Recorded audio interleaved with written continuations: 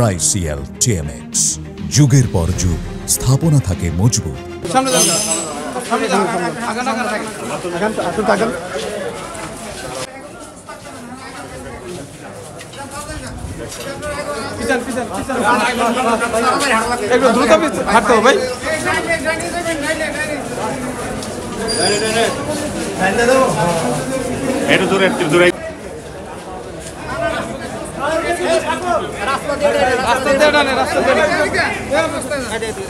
পানি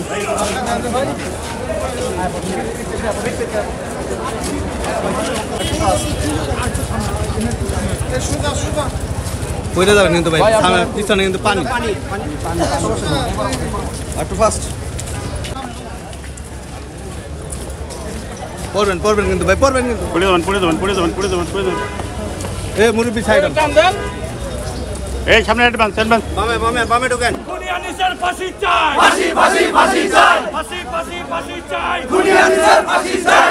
চালাঙ্গার কেউ হবে হুঁশিয়ার সাবধান, হুঁশিয়ার সাবধান। ডিসি সত্যিনের সাথে তার সম্পর্ক ছিল এবং সম্পর্কের যে ব্যাপকতা ছিল, ব্যাপকতার কারণে এই একটা নৃশংস ঘটনা ঘটেছে এবং একজন হাফেজ নিহত হয়েছেন।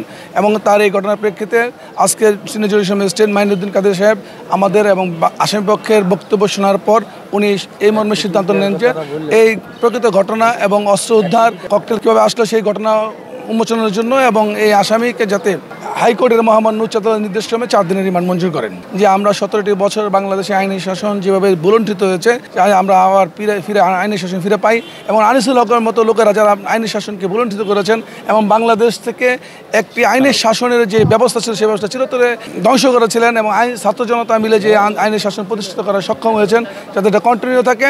এবং এই আনিসুল হক সেই লোক যে নারায়ণগঞ্জ জেলা আইনজীবী সমিতিতে উনি আমাদের প্রকাশ্যে বলেছিলেন 1 কোটি টাকা দান করবেন, উনি 1 কোটি টাকা অনুদান দিবেন, কিন্তু অদ্যবধি পর্যন্ত তিনি 1টি টাকা অনুদান দেন নাই। তিনি অত্যন্ত মিথ্যাবাদী এবং মিথ্যাচার করেই তারা অভ্যস্ত এবং এই তার অভ্যস্ততার কারণেই বাংলাদেশে একটি 17 বছরের স্বৈর শাসক ছিল এবং ছাত্র জনতা মিলে এই স্বৈর শাসকদের বিতাড়িত করেছিল। সেই লক্ষ্যেই আজকে বিজ্ঞ আদালত ন্যায় বিচার করেছেন এবং আমরা মনে করি ন্যায় বিচারের কারণেই আজকে আনিসুল হকের এই তথ্য উদ্ধার করার জন্য 4 দিনের রিমান্ড মঞ্জুর করেছেন।